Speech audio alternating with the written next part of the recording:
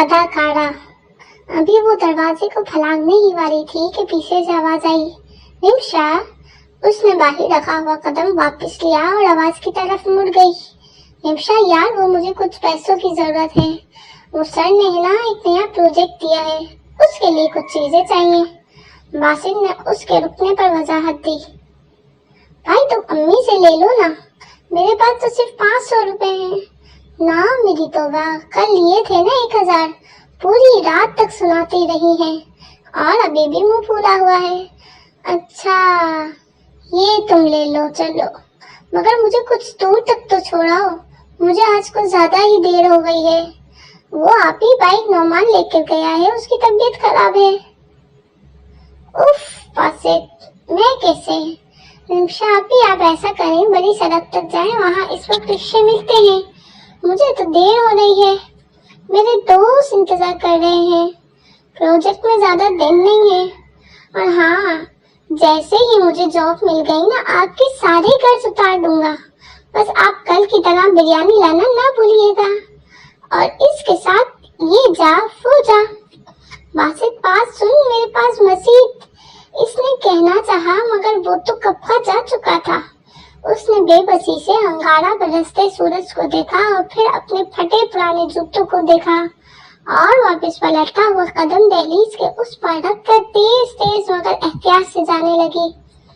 تمام راستے خالی، رکشے آتے جاتے، کچھ تو اس کے پاس بھی رک جاتے ہیں، مگر آج پھر اس کی جیب قربان ہو چکی تھی۔ اس نے اپنے جوتوں کو بے بسی سے دیکھا جو پسینے سے گیلے ہو چکے تھے۔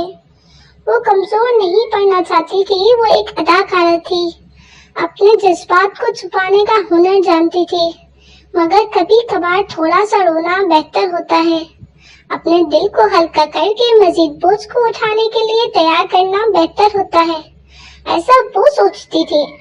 ابھی بھی پسینے اور آنسو کے قطرے ایک ساتھ بہتے دیکھ کر وہ سوچ رہی تھی کہ زندگی مذاق تھوڑی ہے، پاؤں گیلے کیے بغیر سمندر تو پار کیا جا سکتا ہے، مگر آنسو بہائے بغیر زندگی نہیں۔ اسے یوں ہی اپنا پچھلا سال یاد آیا جو اس سے بھی زیادہ کٹھن تھا۔ وہ ایک معمولی اداکارہ تھی، کبھی کوئی نگرانی یا 2-3 منٹ کا بے نام کردار کا رول مل جاتا تو دھکے کھاتے کھاتے گھر چل پڑتا، مگر چند ہفتوں سے حالات بے تحاشا خراب تھے، اسے کئی ہفتوں سے کوئی رول نہیں ملا تھا، بات فاقوں تک آ چکی تھی، ڈائریکٹروں کی خوش آمدوں سے لے کر ہر ایک شخص جو اسے لگ رہا تھا کہ صاحب اختیار ہے، منتیں کی مگر کچھ نہ بنا، بلکہ اب تو اسے اندر بھی جانے نہیں دیا جاتا تھا۔ اسی طرح وہ ایک دن دوپہر کو دل ہلکا کر کے آ رہی تھی کہ اسے اس کی بچپن کی دوست تمنا مل گئی۔ تمنا نمشا کی کام کی دوست تھی جو اس کی طرح ہی چھوٹے موٹے رول کر کے زندگی کھینچ رہی تھی۔ اس کے چہرے پر اطمینان دیکھ کر نمشا کو تعجب ہوا تو آہستہ سے پوچھ لیا، اور تمنا کہیں کام وام لگ گیا ہے کیا تمہارا؟ میرا مطلب ہے آج کل نظر نہیں آتی ہو، کہاں ہوتی ہو؟ وہی اپنے نصیبوں کا دھندا ہے، وہی اداکاری مگر دوسرے اسٹائل میں۔ اس نے پھیکی سی مسکراہٹ سے جواب دیا، تمنا کیا مجھے کوئی کام مل سکتا ہے وہاں؟ وہ میں بھی آج کل کام ہی ڈھونڈ رہی ہوں۔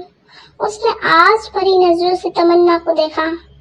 ہاں کیوں نہیں، تم بھی تو اداکارہ ہو، مگر کیا تمنا؟ نمشا نے جلدی سے پوچھا، شاید وہاں کی اداکاری تمہیں پسند نہ آئے۔ تمنا کی بات سن کر نمشا تھوڑی سی مسکرائی، پھر کہا، جب بھوک سے رات کو نیند نہ آئے، صبح ناشتے میں نلکے کا گرم پانی ہو، دوپہر کو گھر لوٹو تو آس بھری نگاہیں یک دم پلٹ کر مایوسی کا لبادہ اور کا سارا قصور تمہارے سر پر ڈال دیں تو پھر۔ اس نے ذرا توقف کے بعد گہرا سانس لیا۔ پسند و ناپسند، ٹھیک و غلط بھول کر بندہ صرف پیسے کا پوچھتا ہے، صرف اور صرف پیسے کا، جو اللہ دن کے چراغ کی طرح ان کی ساری پریشانیاں ختم کر دے۔ ٹھیک کہتی ہو، تمنا نے اس کو دیکھے بغیر کہا۔ है तुम कल 7:15 बजे स्टेशन पहुंच जाना, मैं मालिक से तुम्हारी पहचान करवा दूंगी। बहुत बहुत शुक्रिया तमन्ना, तुमने मेरा बहुत बड़ा मसला हल कर दिया। कोई बात नहीं, बस तुम वक्त पर पहुंच जाना। मैं आ जाऊंगी वक्त पर, मगर मुझे काम तो मिल जाएगा ना? हाँ हाँ बिल्कुल, काम की फिक्र मत करना, काम मिल जाएगा। अगले दिन मालिक से मिलकर काम के बारे में जानकर उसे झटका तो लगा, मगर ये भूख के झटके से मामूली झटका था, सो वो संभल गई और उसी दिन कमाई पर लग गई।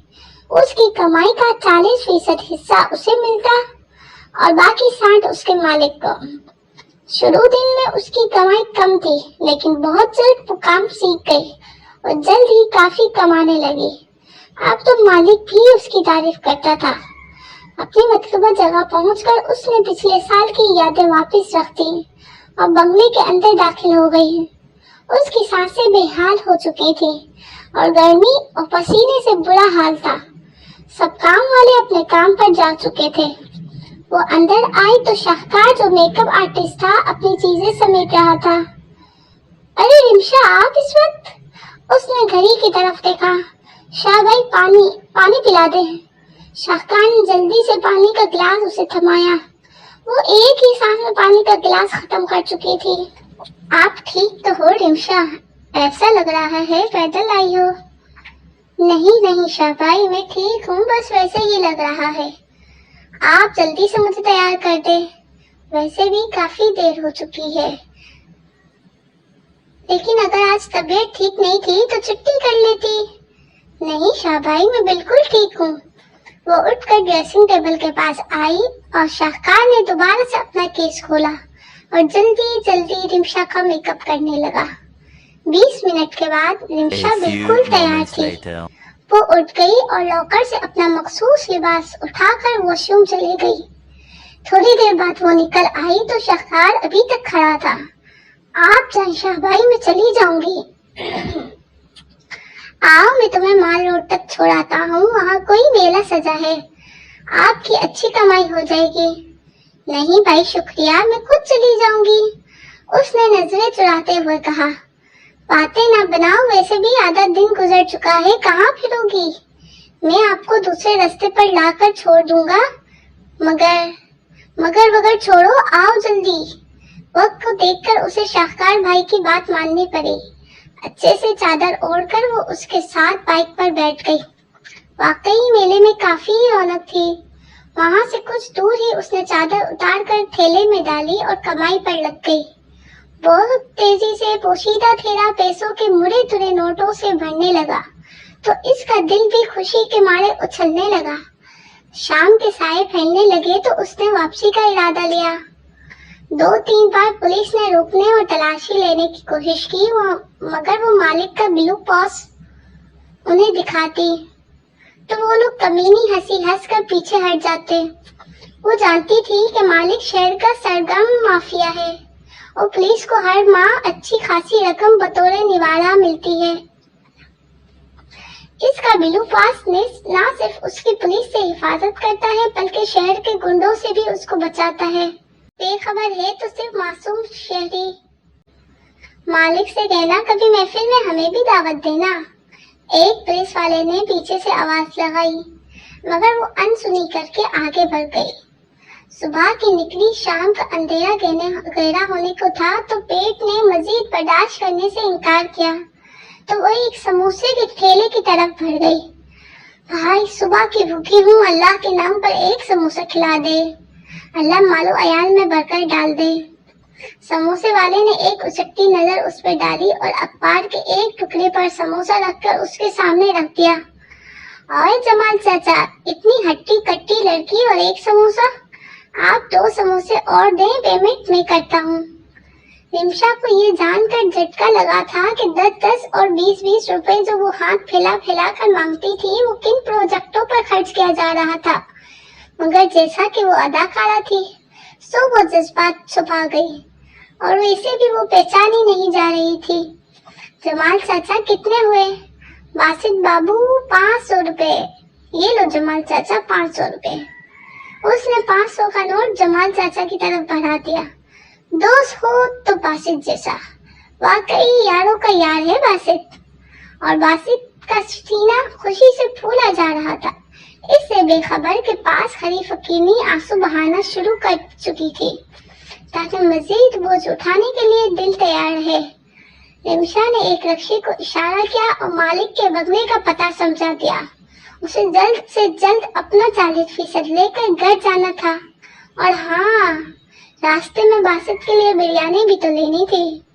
आज के दिन की अदाकारी बहुत कठिन थी।